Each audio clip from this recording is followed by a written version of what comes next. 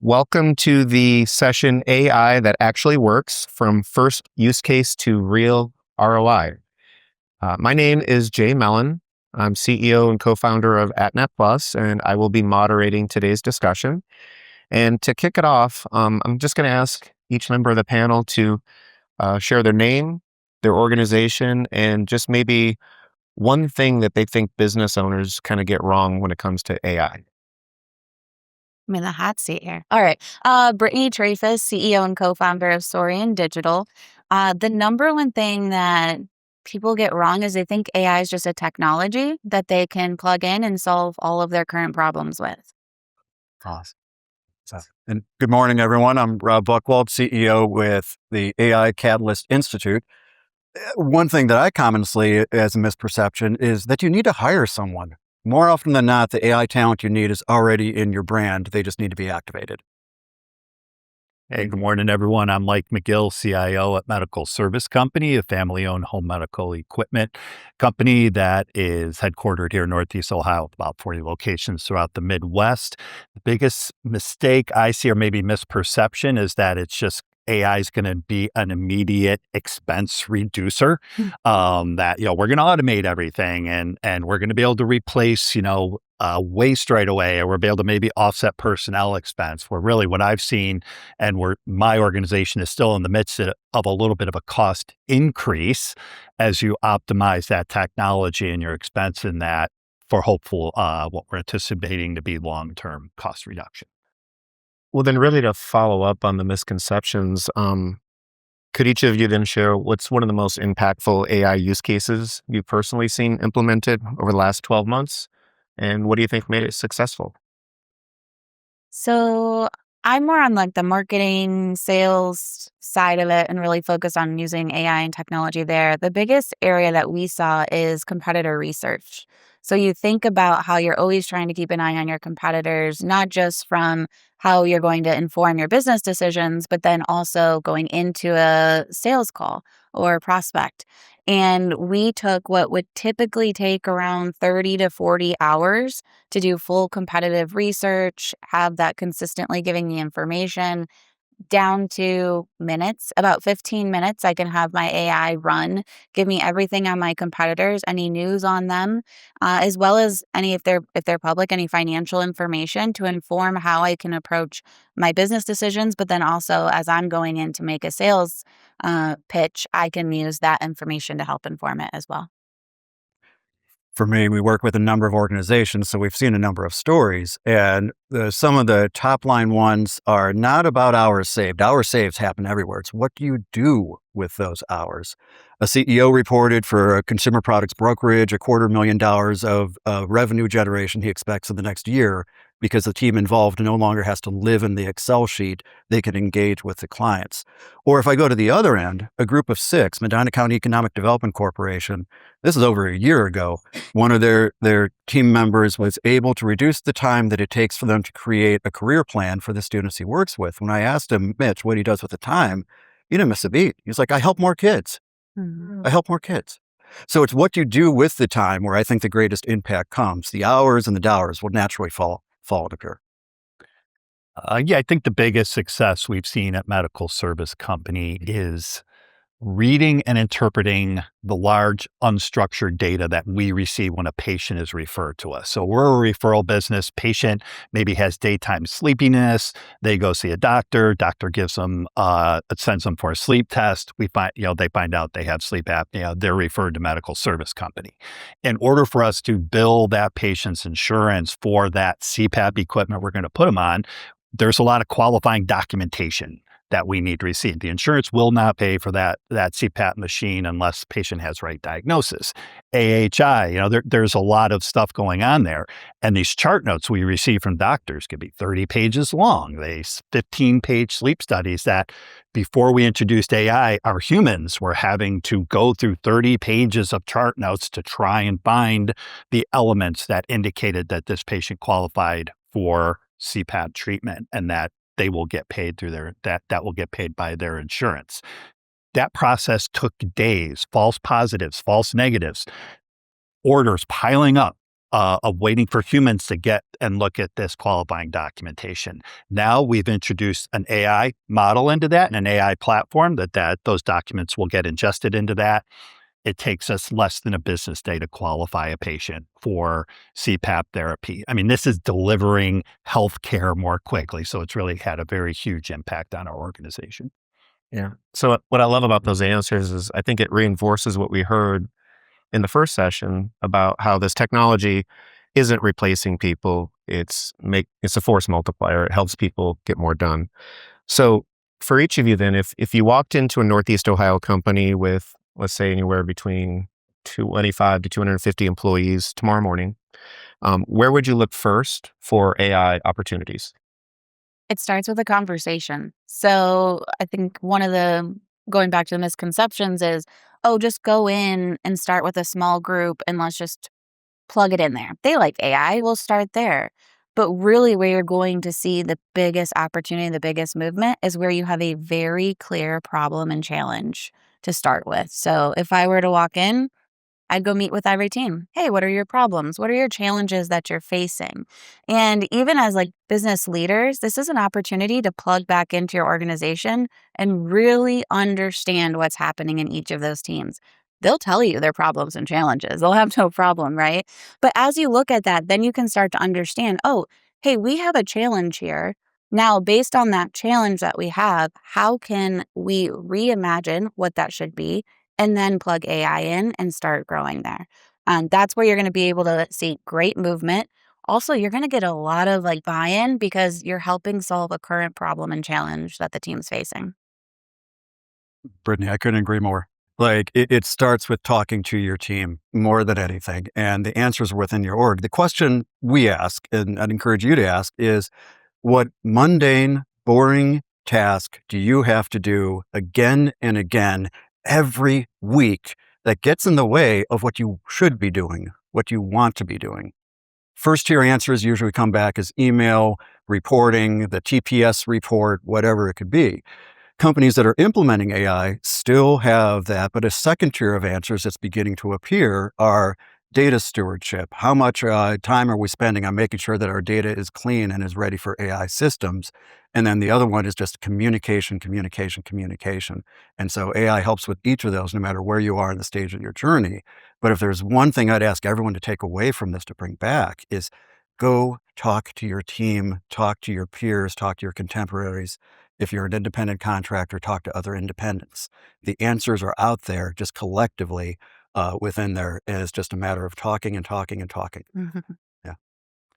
Yeah, both really good answers. I think there's different ways you could approach that. Brittany brought up process a little bit. What are your processes? What are repeatable processes? What are processes based on knowledge that you could train an agent to know and be able to provide answers to staff, to customers? But I would kind of maybe second Rob. I mean, how organizationally prepared are you for AI? Do you have an AI policy? Have you kind of introduced to your team, like, this is our AI platform of choice? There's a lot of tools out there. And if everybody's dispersed, some are in Gemini, some are in ChatGPT, some are in Claude. I mean, there are specific use cases maybe for different platforms for very specific roles, but organizationally, what AI platform is your platform of choice and fits into your AI policy? So I would probably first come in and just get a temperature check of where are you with AI preparedness? Is your team ready for it? Are you organizationally prepared for it? Are our heads buried in the sand still? Have we not gotten in front of our team and communicated with them about AI? Thank you. I think the distinction between, how can we use AI versus, what problems are we trying to solve with AI? It's interesting as we talk to people and we ask why they're interested in AI, the response we get a lot of times is, well, I feel like I'm behind. Everybody else is doing it, things like that. And my response to that is, if the biggest business problem you're trying to solve with AI is that you're not using AI, we need to slow down. We need to have a conversation about that business problem. So on that note, then, I think what particular challenges do you think are good candidates for the use of AI, and what signals tell you that process may be a good fit? I mean, really, there's so many. And so, I mean, from the spectrum of it, but where there's some like big problems and challenges that I see that often can be solved. I mean, you hit on it a little bit, Mike, like anything unstructured data. You have data everywhere. And we have spent years and years and millions of dollars being like, we're going to clean up these databases. No, you're not, right? There's no clean data. But starting to look at like, where do we have all this knowledge and context that can instantly start to become very valuable for us? So seeing that, like I use the competitor research, you have so much data that you have on your products, your people, your services, your competitors, and starting to really use that as an opportunity to become a data source that people can just tap into and ask questions. The other areas that I start to look at too is where do you have, like to your point, like repeatable processes that you can start to break apart. So one of the things that I always encourage everyone is once you identify that challenge and then you're like, hey, we can use AI here, don't just take the same process and plug AI in. Don't do that. You can look at it. I've done it within my companies. I've done it with other companies where it's like, hey, this process has 40 steps and 30 people involved. Great. Should it? Should it be 40 steps? Let's break it apart. Let's whiteboard it out and really reimagine what that process should be, and then look at how AI can help it. Because if you just jump into, I have this challenge, I have this process, here's the AI, you're going to miss what this opportunity is that AI is giving us to really be more transformational. So first, just to cover a few bases real quick, if you're using an AI platform, make sure you're paying for it. If you're paying for it, that generally means that your data is private, is not being used to train models. And it's like, it might be a low cost, but pay for it.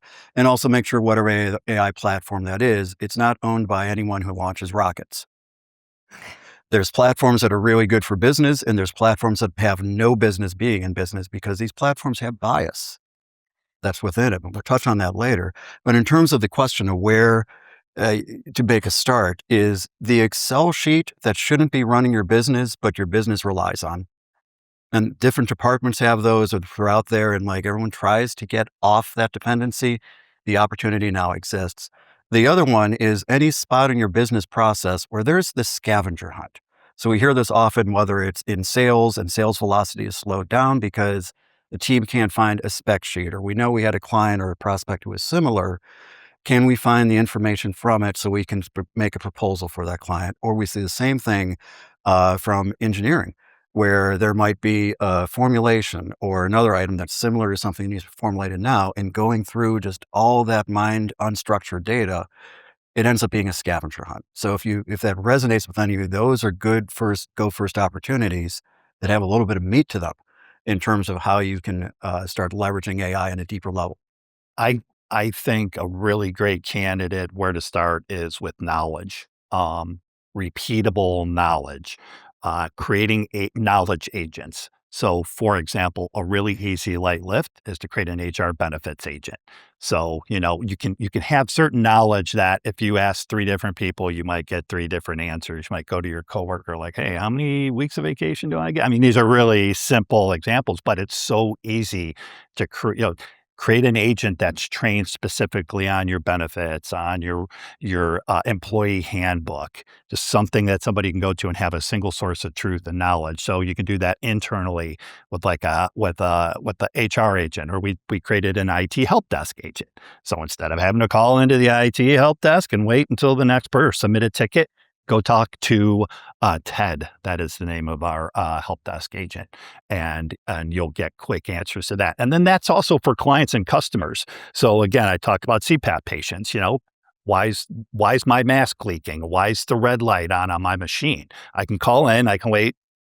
However long. We always want that wait time to be low, but sometimes the phones are busy, and you're waiting 5 minutes for the next available agent. All that knowledge exists inside of the equipment manual, inside of documentation that we've created and given to our internal phone agents. We trained a voice agent on that material, and now when a patient calls in, they're immediately getting answered by an agent, and they're getting taken care of. And they may need to get escalated to a human, but at least they're getting cared for right away, and they're getting an answer right away. And we're always trying to drive that containment rate. But I think anywhere you have knowledge, internal, external, that's repeatable and documented, that's a great opportunity to create a knowledge agent.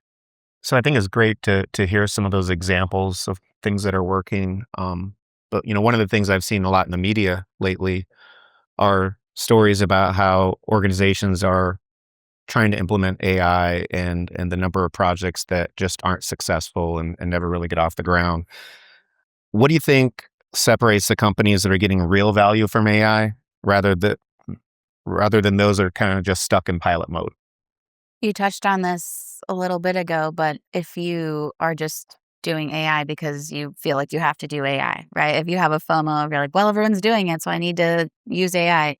You're going to fail.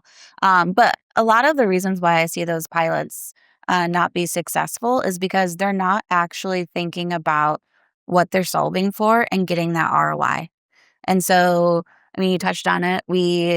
I did this when AI first launched like 3 years ago. It was like, oh, okay, did I get 5 minutes from you? Did I get 2 minutes from you? And you're like checking the box, like, oh, I have 100% of people using AI. I'm good. But when you start to look at it from the business perspective, what's the actual ROI that we're getting?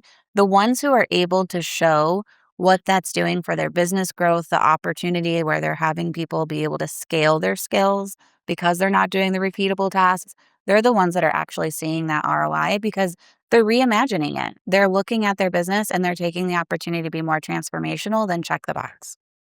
First, just the hard truth is if you're not using AI, the crossover point happened in September of 2025. If you were not using AI at that point, you're now losing opportunity, you're losing market share, your competitors are gaining ground on you, your competitors are gaining margin, you are now becoming an acquisition target moment by moment because the automobile revolution or the AI revolution, past tense, it's happened. We're 3 years into it. So the good news is if you find yourself in that space, you're right where you need to be. This is going to be a marathon. It's going to be many years. When I say plan on communicating to your teams, plan that regularly for the coming months and at least through the end of 27 of asking what are the changes, how are they working, getting that constant feedback loop. So the answer to the question of what makes a difference is it's not performative. It's not, hey, I got someone here doing AI. We're done. We're safe. It's a very comfortable place to be because I think this change that's hitting businesses hits business owners and decision makers just in a different way.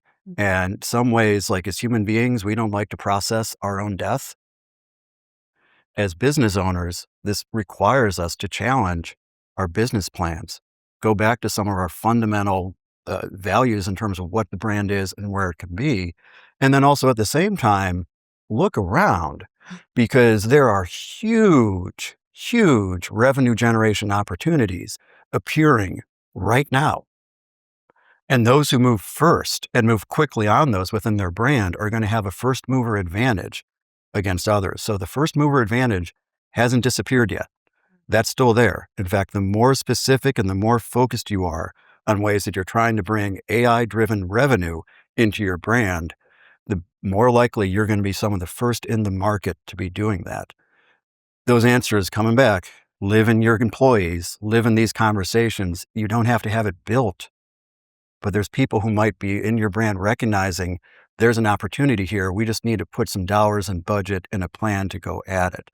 So the difference, I think, is non-performative.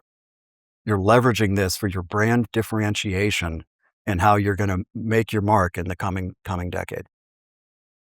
Yeah, I think that maybe what I've seen some failed projects, companies are trying to boil the ocean with their first AI use case. I think there's two different ways of looking at it. Like, how can I find my most complex, biggest business problem? Is that where I should start? I think that maybe that might not be the best place to start. You want to learn how to swim, you got to jump in the pool, So I think the companies that have succeeded with AI jumped in the pool. Maybe, we all had that moment when we were kids and we had no idea. Maybe we only doggy paddle, whatever, we jump into the pool. And then, you end up learning how to swim. So if you haven't jumped in the pool yet, today's a great day to jump in the pool. Yeah, looks not as warm as yesterday, but it'll be a nice day. I think they got started before they were ready to get started, and they found use cases maybe simple use cases they could start getting their heads wrapped around, and they iterated off of that.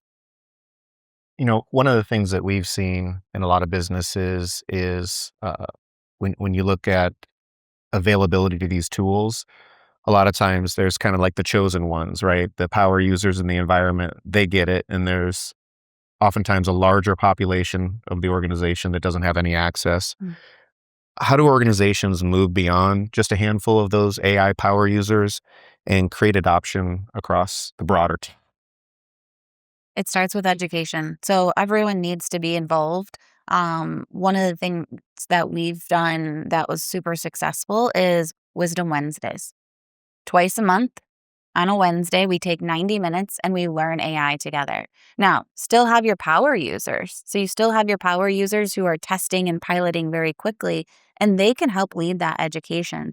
But by having those training sessions together where you're all coming together to learn, you're doing a few things. One, you're opening it up to everybody, and you're going to see that expansion, adoption, everyone wanting to embrace it faster.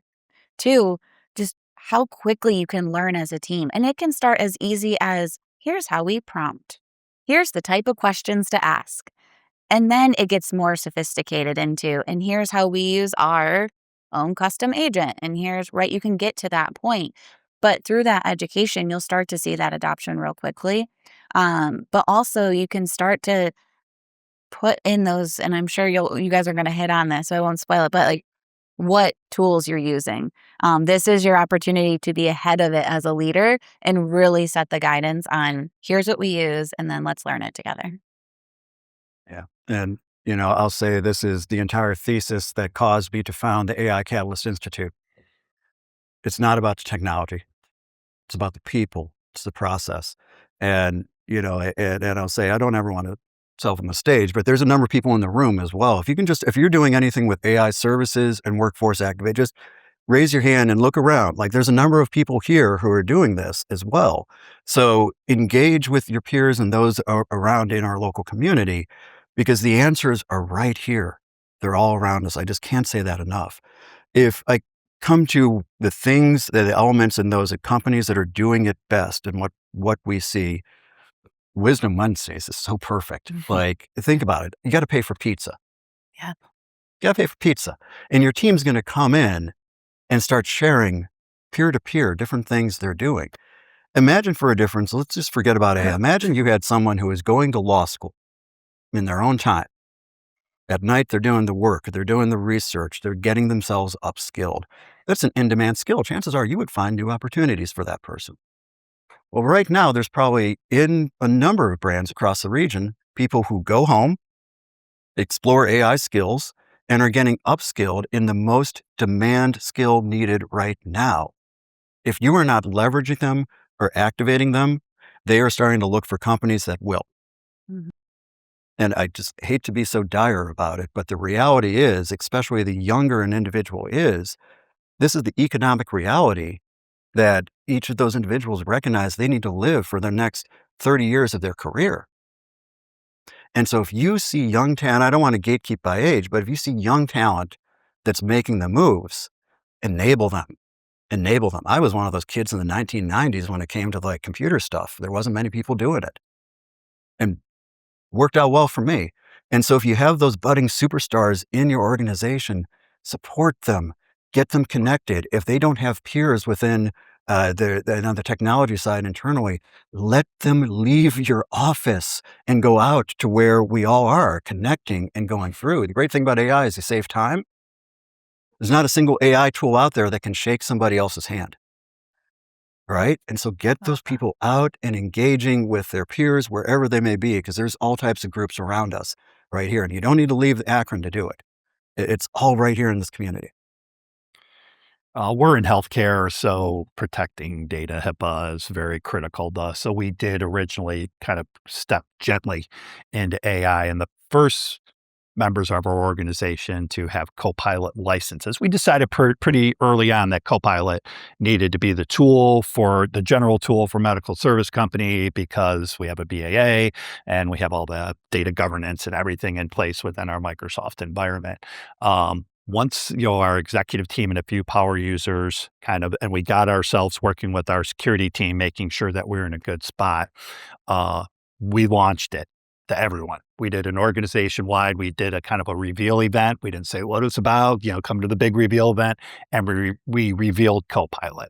We built a SharePoint page. We do monthly contests for people who are using it, people who come up with new innovative use for it. So I feel like we've done a good job. I mean, we want everybody to use it. Like, we want you to be in Copilot. And if you're like asking what's a recipe for something I should make for dinner tonight, okay, cool. You're getting some comfort with prompting and all of that then you're going to be able to use it to prompt it to get for answers to the business problems you're trying to solve or how to make things more efficient for you. So, I mean, I just think you really maybe need to lock in organizationally, what are we going to use here? Is it going to be ChatGPT? Is it going to be Copilot? And Copilot's a great tool if you're a Microsoft shop, Claude and other things are out there. Don't let perfect be the enemy of good. Get Copilot into your team members' hands if you're a Copilot shop, and build some enthusiasm and do some training like Brittany talked about. Yeah, so I think it's always fun for us to talk about the opportunities and all the cool things it can do, but I don't think we'd be responsible if we didn't talk about some of the things that can go wrong as well, right? And so let's start that part by talking a little bit about an AI project that didn't work out as expected, and what happened, and what did you learn?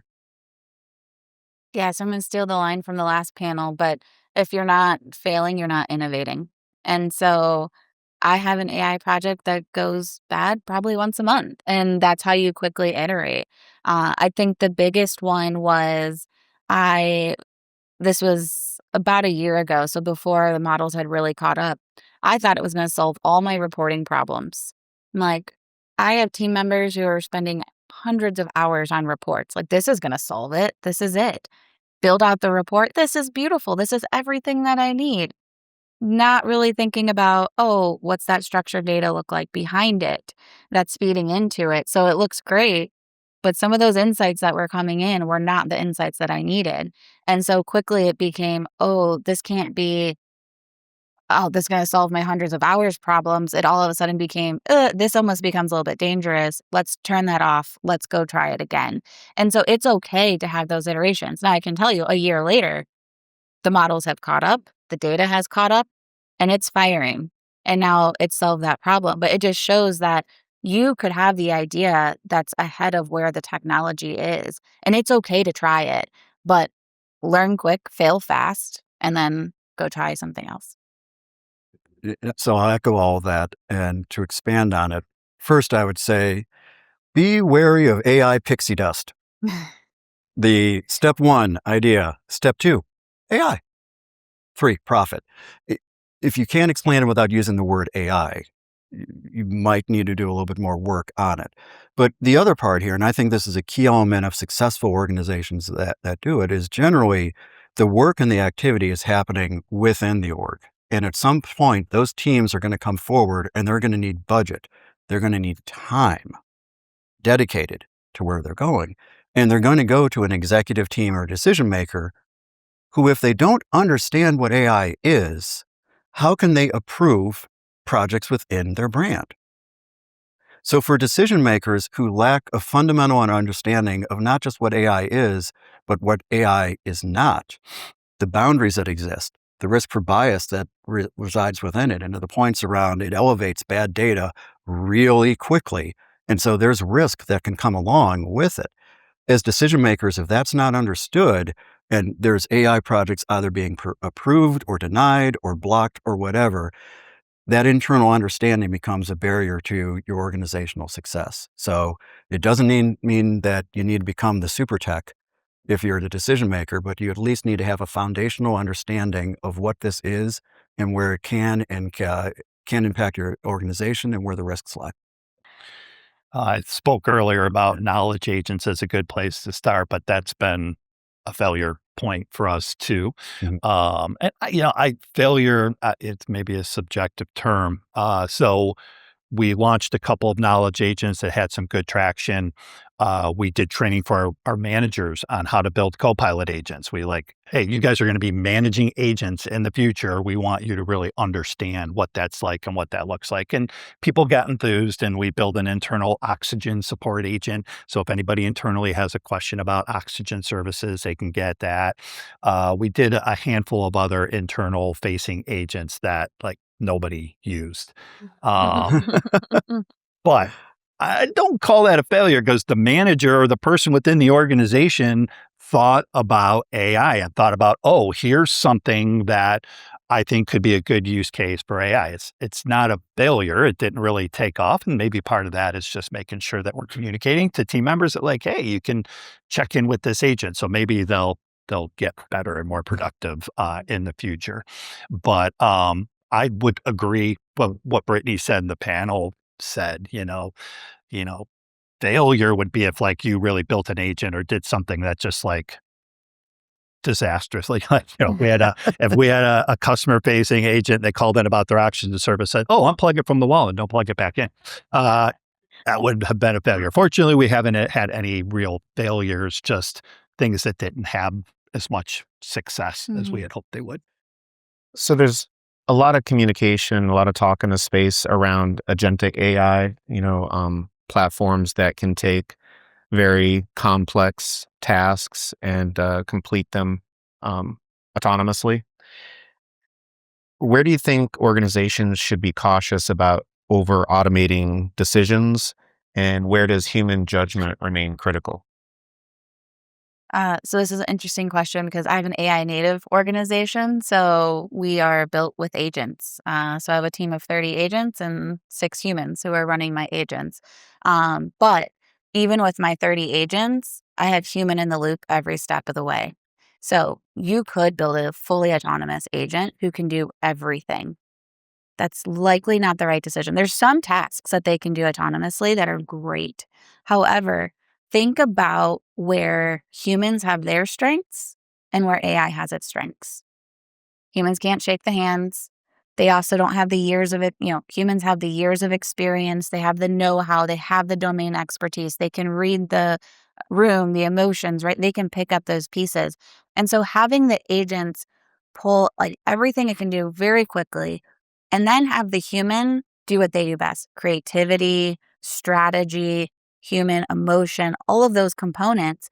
And it really levels up the outputs that you're getting, because you're taking away instead of having a human spend 100 hours going through Excel sheets and going through a process, now they can take that time and really use their expertise and skills. I mean, how many times do you have people be like, I really want to be more strategic. I really want to be more of a manager or leader. This is the opportunity to do that with the agents running a lot of those tasks. Yeah. And, I'm going to take a second. I want to demystify a few terms here. You might have heard of custom GPTs, or you might hear of agentic, or all of that. It is the same fundamental prompt that you get if you're sitting in an AI tool. If you approach that prompt with an engineering mindset and you plan, and then you prompt, and then you proof the result, and you have a structure around it, you have a well-formed prompt. If you save that, well, now that's called a custom GPT. If you take that saved custom GPT and you put some rules or actions like triggers on either side of it, now you're on agentic. So it starts with that fundamental of whatever the heart of it is, it needs to be thought through and well engineered. And in terms of the use case from it, I couldn't agree more. You got to keep these very clearly in a decision support lane. So you have someone who's your expert in whatever domain they are. They'll recognize if something weird came out of AI, and it does. I think we all can attest to well-engineered systems that all of a sudden want to start doing a role play, or going into some just things that make no sense. And meanwhile, it's because one of the Californias updated a model, and all of a sudden it's coming into everything and it starts influencing everything. So absolutely, you always want to keep a human decision maker right in the forefront of it. And I'll just say one more thing and pivot out of it, especially when it comes to HR or hiring or resumes. And I don't know if I'm jumping ahead to a question or not, but just specifically, keep AI out of decision-making in your human resource processes. Keep people connecting with people Let AI stay as decision support, but there's a lot of risk that is in that domain specifically within it. So, yeah. It's always the danger of being the last person like passing. You should go first next time. We can go the opposite way. What Rob said, but maybe to flesh that out a little bit. Yeah. At MSC, we have 5 golden rules of AI that we teach our employees as they go through our AI advocates training for our power users. And one of those is the more transactional, the more AI you should use, and the more relationship driven, the less AI you should use. So it touches perfectly on what Rob said. Tread carefully with AI in your HR processes. In the end, it's your teams that build your culture. It's still, in the end, it's the human-to-human interaction that makes a company successful. Agents and AI is going to help us make us more successful, but we don't want to outsource the most precious thing about us, our humanness, to AI. Sure, you can use an AI tool and maybe do some passive recruiting, or maybe if you get 100 resumes that come in for your position, to maybe have an agent trained a little bit, but you got to be careful of bias. You're just getting into a little bit of a area where you want to tread lightly, or just say, hey, you know what? I'll do that last, maybe until models catch up, or I'm confident that AI can help make sure that I am identifying the right people that I want to get a human manager in front of to talk to and figure out if they're the right fit for the organization. So let's talk a little bit about areas where maybe AI is either being oversold, or maybe a piece of AI advice that everybody seems to be repeating that you disagree with. And we'll let you start with this one, Mike. Careful what you ask for. I don't know. I think people get overhyped and oversold on you're going to fully automate this process. Like, you're going to bring agents in and you're going to be able to just fully automate something, and whatever that means to, I might be able to eliminate. It gets sold as a way to, I think, sometimes a personnel expense reduction. In reality, we're not finding that. That's not our intention. The intention is to augment. The intention is to make things better. And maybe over time, somebody leaves the organization and, hey, cool, we're efficient enough with this. We may not need to backfill that position. Or if we acquire another HME company, we may not need to bring as many folks on. But that's not the intention right away. And I think that sometimes people will feel it's like this going to be this magic automation button. It will. You are going to automate some things, but I don't think it should be looked at through the lens of replacing people, or getting idea like, oh, well, let me go look at the P&L, look at my personnel expense, and I'm going to be able to offset this many people with this technology. Again, that may happen over time. You don't want to be blind to the fact that that's part of the reason of why AI exists, is to automate some of these things that people are doing. But I think people can get oversold on thinking that's going to happen right away. Mm-hmm. Yeah, I couldn't agree more. And, from the first session, when you heard our new owner of the Rubber Ducks mention how this isn't a job eliminator, it's augmenting, you heard some applause break out. Those of us who were applauding, and I don't want to say exclusively, but those of us who are in the AI space seeing this day and day, and what we see, zero job loss. Companies take the time and the benefit, they put it into business development. Now, maybe this is a California versus Midwest thing, because here we keep investing in our people, in our talent. The headlines about job loss, put a tinfoil hat on me for this next one if you need to, because I think the California companies are running a huge, huge PR campaign to make it inevitable that we are dependent on 7 companies in California who are on track to have 8% of the GDP, 2030, 8% of US spending is going to be on AI. And that 8% is going to funnel to 7 companies in California who've already decided for us, we need to use a lot of their tokens. Oh, it's great how many tokens you're using. It makes no sense. It makes no sense. If I look at where the boots on the ground, where the action's happening in businesses in our community, it's everything that you're hearing about here. And none of that needs anyone from California to make happen. And in fact, we're not far away from being able to host these things internally in our brands at an extremely low cost, 100% private, and we don't need Chuck E. Cheese tokens to make it happen. So be aware of, as you're going through this, there's a long-term dependency that Californians want to create. And I'll guarantee you, as the years go on, your cost per transaction, that token rate, you're going to still be paying the $20 a month. You're going to get fewer and fewer game tokens as you're going through there. And for some reason, the same thing, it's going to take more tokens to execute. That's the plan. They're in it for profit. So make sure you're leveraging AI, but you're protecting your brand from, I just call it the California tax that's unfolding. So. Hey, just real quick, Yeah, just to share your tinfoil hat. I Yeah, agree. here.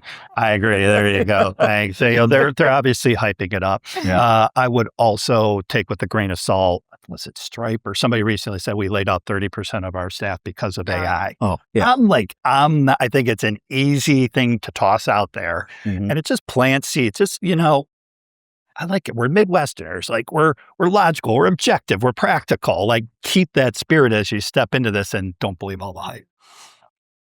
You're making me crack up over here. So, yes, to what you guys were just saying, the other piece is you'll hear, oh, we're in the hype cycle. AI is in a hype cycle. Like this is going to go away. Well, did computers go away? No. Did automobiles go away? No. Like we are in the next industrial revolution right now. And we have such an opportunity to be part of it, to be able to shape it. And so, anytime people talk about it being a hype cycle, typically I'll say, well, they'd say their job was computer.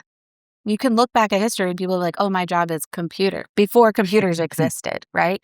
And so there are so many new jobs that will exist because of this. And that's where I just encourage everyone, like lean into those skills, teach the younger generations, like embrace it, let them go, let them run, because jobs that we can't even think about haven't even been invented yet. And so, I really encourage everyone, like, it's not a hype cycle. It is here. You have to embrace it, but think about it. There's other things too that I just think about, like Ohio and being so proud from here is there's organizations like Ohio X. I don't know if you're familiar with them. If you're not, like, please check them out. Ohio X is really working to make Ohio, they call it Silicon Valley. And so they want us to be the new Silicon Valley for here in the heartland. And it's because they see the opportunity of what we have here in Ohio, not just from data centers. I know that's a whole topic, but just from the people. And so, especially in Akron area, I know they're really leaning in here because they see this opportunity to bring industry, bring work to Ohio. So I've heard a lot of comments about people, right? So let's talk a little bit about the human side. How do you introduce the technology in a way that creates excitement and curiosity rather than the fear and resistance, knowing that so many people feel threatened? Let them run. I think you really have to embrace it. And so give them the tools, let them experiment, and also encourage that experimentation at home. So if you aren't using AI in your personal life, you're not ready to use it professionally. So you have to start personally. You have to start, whether it's your menus or whatever that might be, or vacation planning, encourage your employees to start at home. And that's a little bit different, right? It's like, oh, well, I'm asking you to, no, use AI at home. Get comfortable with it before you bring it into the workplace. And I agree, use it at home, but I don't want to be so monolithic about it, because I also think there are members of our community right now who, when I say the word AI, they have a fear response. Those individuals might be 5-10 years from retirement in a type of role that it might really, it wouldn't not be far-fetched to say that AI could dramatically impact that role. And they might not have the energy or the enthusiasm or the belief in themselves that they can make this bridge, this gap. And the reality is it doesn't take that much. For them to become activated, they need to be not in a place of fear, but a place of safety. And a lot of what's being spoken about today is creating that safe environment within the workspace for those who maybe never experimented, but now are asked to, like, hey, please do this. And if you've never done it, here's your AI mentor, here's someone who's done it who can sit with you and guide you through it. And it's okay. It's okay. but experiment and try. And very quickly, those groups, they get activated because the nice thing about AI tools is they are self-learning to the user. They reflect back to you the type of energy that you put into them. And so they're designed to sense those who might not be there, and kind of those little dopamine prompts that, hey, have you thought about step 1 or step 2? Really, really helpful for the beginner. For those of us been using AI for a while, we get tired of them because they're like, first level responses, and we're trying to do some deeper work. But, it's so important to create an environment where your team can engage wherever they may be, because those who might be anxious or afraid to move, they're not going to self-identify. They're not going to self-identify. And so sometimes coming out with a lot of enthusiasm is good. But if you don't also match that with a plan for those where that enthusiasm might cause them to retreat a bit more, you need to recognize that there's different audiences within your brand place. And I'd like to Yeah. hear from Mike before Yeah. we jump into the Q&A here too. Yeah. Just real quick. I mean, we have 500 employees at Medical Service Company. We have contact center agents. We have medical equipment technicians. We have billers. We have people who probably do not even touch a computer when they go home. I'm a nerd. I'm a geek. As soon as ChatGPT came out, I was right in it. I'm just that type of person. That's why I'm in tech. So you're going to have a lot of people in your organization who have no clue. And the only thing they're hearing is on the news or something, Stripe just laid off 30% of their employees because of AI. They're going to come into it with the natural fear of it. You want to be a realist. When we launched Copilot, we're talking, it's like the Sam Altman or whatever quote, humans won't get replaced by AI. They're going to get replaced by humans who know how to use AI. So really the message is we're empowering you. We want to prepare you, and we are here to help you. We're giving you the training and tools to get yourself prepared for that AI future, because you're going to be much more successful at Medical Service Company, but you're also going to be more successful in your career, wherever that may go, by being comfortable with using AI. Okay, so there's so much more we didn't get to, but we are running out of time. So we do want to take just a few minutes, though, to entertain any questions that anybody has. And we'll just start right here. Hey, thank you all. This is really great.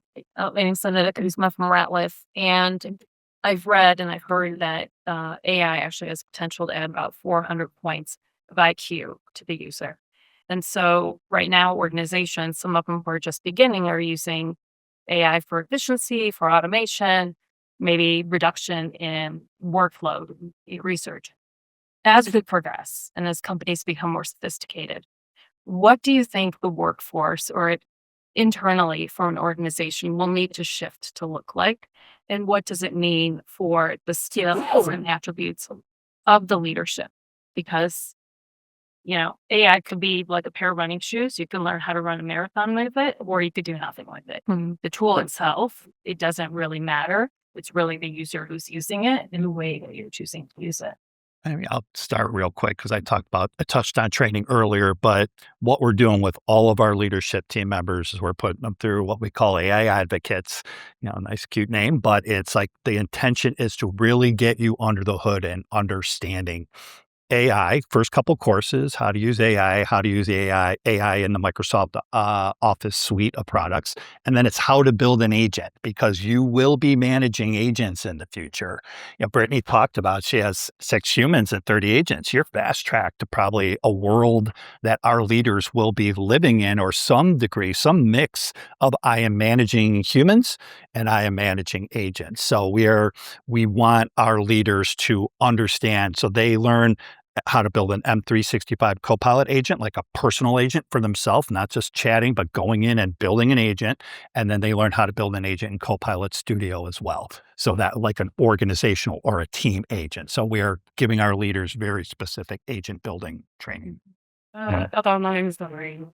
Do you guys do like training, like where you go to like other businesses to actually see what type of assistance that they will need if they're looking to go to AI? Yes. Yes. So how will we go about that? Again, to contact me, or, I think we recognize a number of other people in the room as well who do workforce activation or go into companies and do that. And then also I want to point out Jay, who is with Nest Plus and is a managed service provider. And so many companies have a managed service provider. So whether it's Jay, there might be a group like Jay that they work with. So generally it's whatever teams you're working with right now to answer your questions around that might be a good first point. And then I got a stack of cards or old-fashioned LinkedIn requests, as I call them. Just grab a card. We're welcome to reach out or connect you to whoever it could be within the region on this. Yeah. So Rob was mentioning a lot of the development and money and everything is in California. With his tinfoil hat, I'll use my statistical hat and add on to that that's a lot of white males that are working in that industry as well. So built into AI is that California rich white male bias. Mhm. So my question really is for Brittany is how can we encourage more women to get into AI, maybe young women who don't know where to start or women who are in their careers but might want to transition to this, this new field that's awakening around us? What do you recommend or advice or just encouraging? Yeah, I love that question. So, yes, I mean, that's the reality, right? And I've been in tech my entire career and I walk in the room and sometimes I'm the only woman. But I have seen that changing with AI. So I go to a lot of AI conferences and I'd say over the last year, you're seeing a lot more women start to step up. And so my encouragement is get out there. These jobs do not exist yet. These skills do not exist yet. And so the ones who are driven and they want to embrace it and they want to bring these skills forward, you have the opportunity. And so, anytime you see someone who's like, I can't get into that industry, like put your arm around them, right? And be like, you got it, girl, like go. You can do this. Go try those skills, right? I'm an AI.